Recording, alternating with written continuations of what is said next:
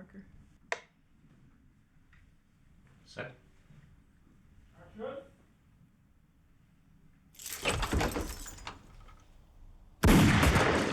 In Josh's original script, Richie was not Joey's brother. He was a friend. And I said, no, I really think Richie should be Joey's brother. I think there's a whole other layer of illusion and metaphor and psychological intensity by having them be brothers.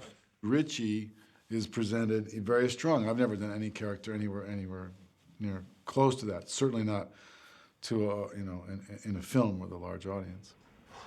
William said to me he thinks he has a few afterburners he's never fired up before. And I said, well, I'm going to ask you to fire them up for this role. How do you fuck that up? It changes with me how you enter into a different character physically. My preference is to transform physically entirely. Because then you have the Memphis doing an affectation. Yes. Because he's all affect. Yes. It's all, he's just better. It's a relatively small role in terms of screen time. And in fact, William was really only on the set for 5 days to play this role.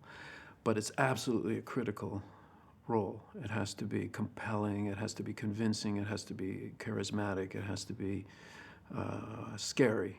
And I just knew that he would do wonderful things with the dialogue. Can you believe that place is still standing? The track and turf.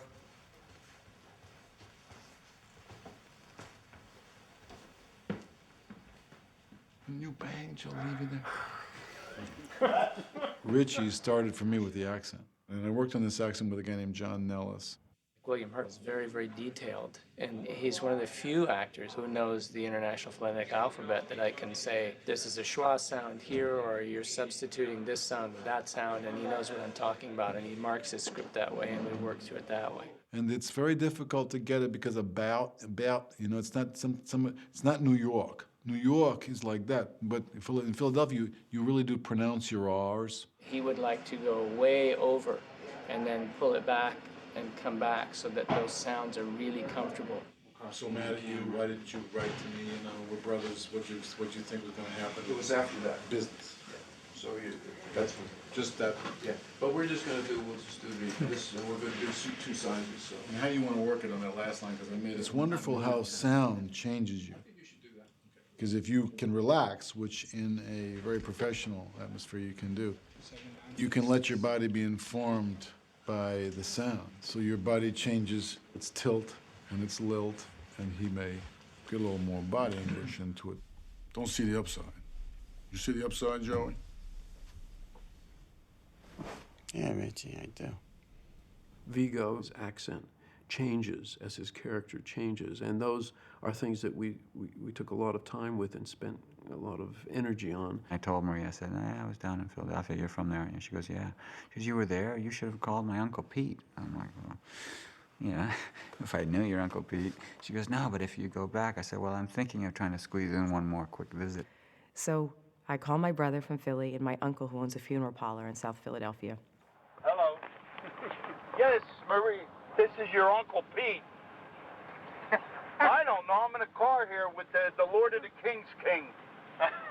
And he has 8 hours of tapes of my brother and my uncle and him driving around Philadelphia. Hilarious. He ended up hearing members of Maria's family acting out scenes in the movie for him.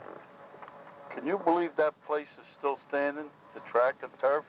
That's where I went to meet the guy. Don't you bang Jill Levy there, right on the bar in front of everybody. I never banged Jill Levy. Didn't you? Didn't you bang her? Yeah, didn't you bang Jill Levy there, right on the bar in front of everybody? I never banged Jill Levy. You should have. She was something. Been a long, long time, bro. Yeah. Uncle Pete never went for the Brohim thing. I gotta say that right now. It's been a long, long time, Brohim. He says that's a soup bone thing. Soup bone being the Irish.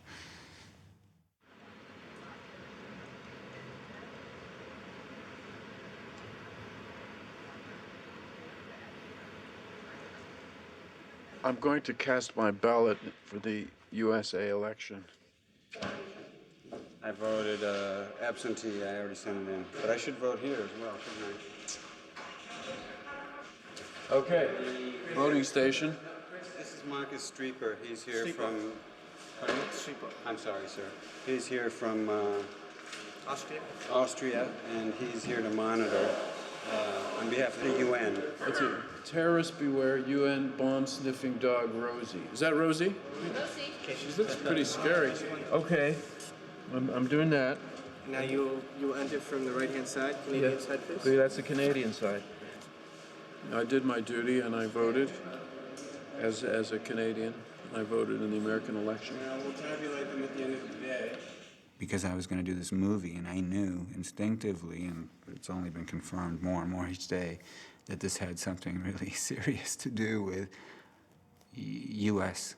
culture, U.S. society.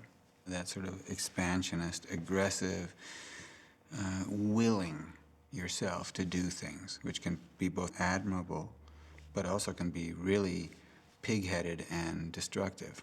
But in even Tom, there's obviously something really destructive to what he's doing, to this lie, what it's doing to his family. But on the other hand, there's something really positive. And he's doing something that's very difficult to do. And that is, in spite of his experience with extreme violence as a young man, he is willing himself to not be violent. William was sort of testing me and interested in the fact that since 20 years had passed, there's a maturity to Joey, so that the first couple of questions... Didn't you bang Joe Levy there, right on the bar in front of everybody? He knows I never did that. And he knows I know he did that, probably. Vigo immediately took time off from a tremendously busy schedule, and we started working right away. Right off the bat, I launched into the Cain-Abel parallel, the brother versus brother issue.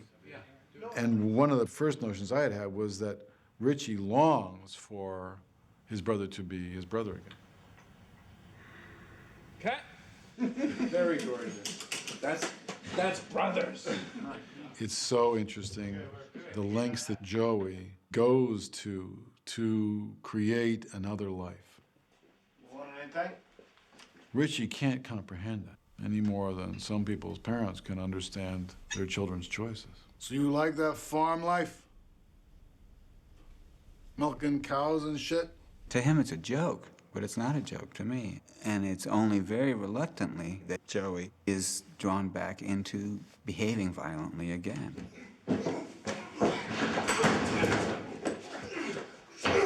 The story obviously reverses the Cain-Abel fable, since now it ends up that Richie pays the price.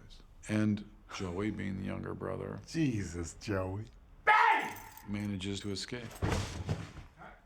The day we shot this with William on the set, Stefan put a actual bullet hole in his head with prosthetic. What we did was got behind him with an air rig filled with blood, and the actor just had to lean back against this thing. Jesus, Joey. And cued by a dialogue, we hit the button which opened the solenoids and blew the back of his head off. So, William, if you have to blink, just blink. Okay, thanks. Head up, sir. You watch David review the tape in the monitor, and it's uncanny. Action! Blood! Because his concentration is absolute. He's looking at that thing, and he's not affected by anyone or anything that's happening on that set. Not anything. Cut! The thing that actors really want is to know that they are being observed. They need to know that you, as a director, are watching them. A long time ago, I got over myself enough as an actor that I know it's not going to be perfect, and let me just see what I can improve on. You know, whether it's to watch dailies or on the spot, you can improve something by seeing the previous take on a monitor. You know what I could do is after kicking... And be low. Well, that's nice. Yeah, it would be good if you could. Well, I could be turned contrive on to, yeah, twist. I think the fact that I've been involved in stunt work and movies over the years was probably helpful to David. He had in Stoney a very good stunt coordinator, someone who's very easy to work with. Not really a good angle for the fall. No, you're probably going to want to go to the other. Yeah, so. But I think the fact that I understood what the coordinator was talking about, because I'd experienced some of it before, made David's job a little easier because he could just sort of watch and react. He didn't have to find a way to invent all of it.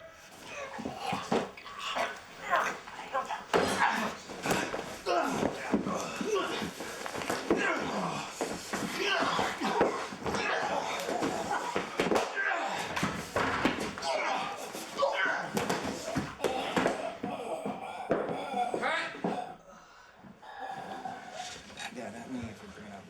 Sound effects were good. It's not that I enjoy the violence, but I enjoy it as a craft making it look right, just like any other scene. To me, a scene where there's fighting is no different than a scene where there's sex, or where there's talking, or where there's cooking. I mean, it's a way of making it look as real as possible.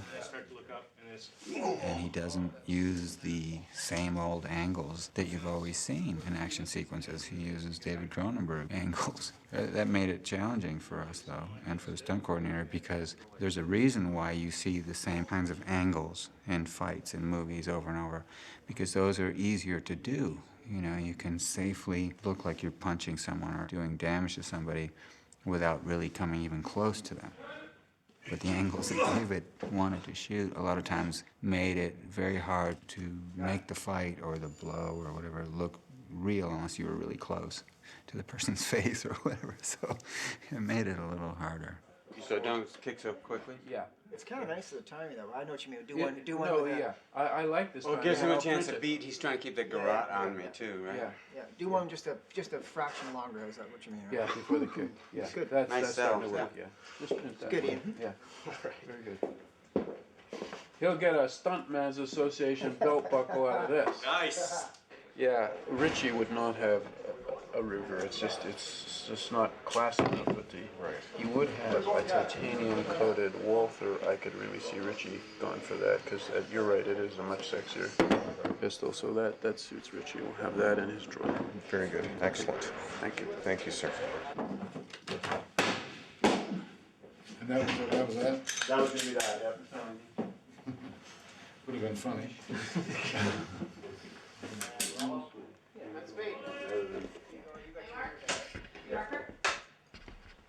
I'm hot. Action! We did a shot where William Hurt shoot one of his henchmen that's laying on the ground. Fuck that up. And then you shoot him. And that was a tricky shot. Now, you couldn't use a blank because the man was too close, and we didn't want to use the electronic gun. If you have a tight shot of it, it doesn't look quite the same as the real gun. So we had to use the real gun. The squib is coming this way. Yes, I will. So yeah, you can wear a shield. Yes. Thanks. Okay. Effect, guys. Put a little effect there, and this pops up as he fires the gun. How do you fuck that up? We use a semi-automatic pistol, and we use a special primer that looks like bullets going out of the gun. And that's what happened. We shot him in the chest, and the effect was perfect. The results are in. The winner with 75 votes, John Kerry. A mere 6 votes went to George W. Bush. Rosie, the UN bomb-sniffing dog, got 2. In a surprise, Jill Levy got a vote. And another big surprise, I don't know if it's going to go over well, Guy Lafleur got a vote.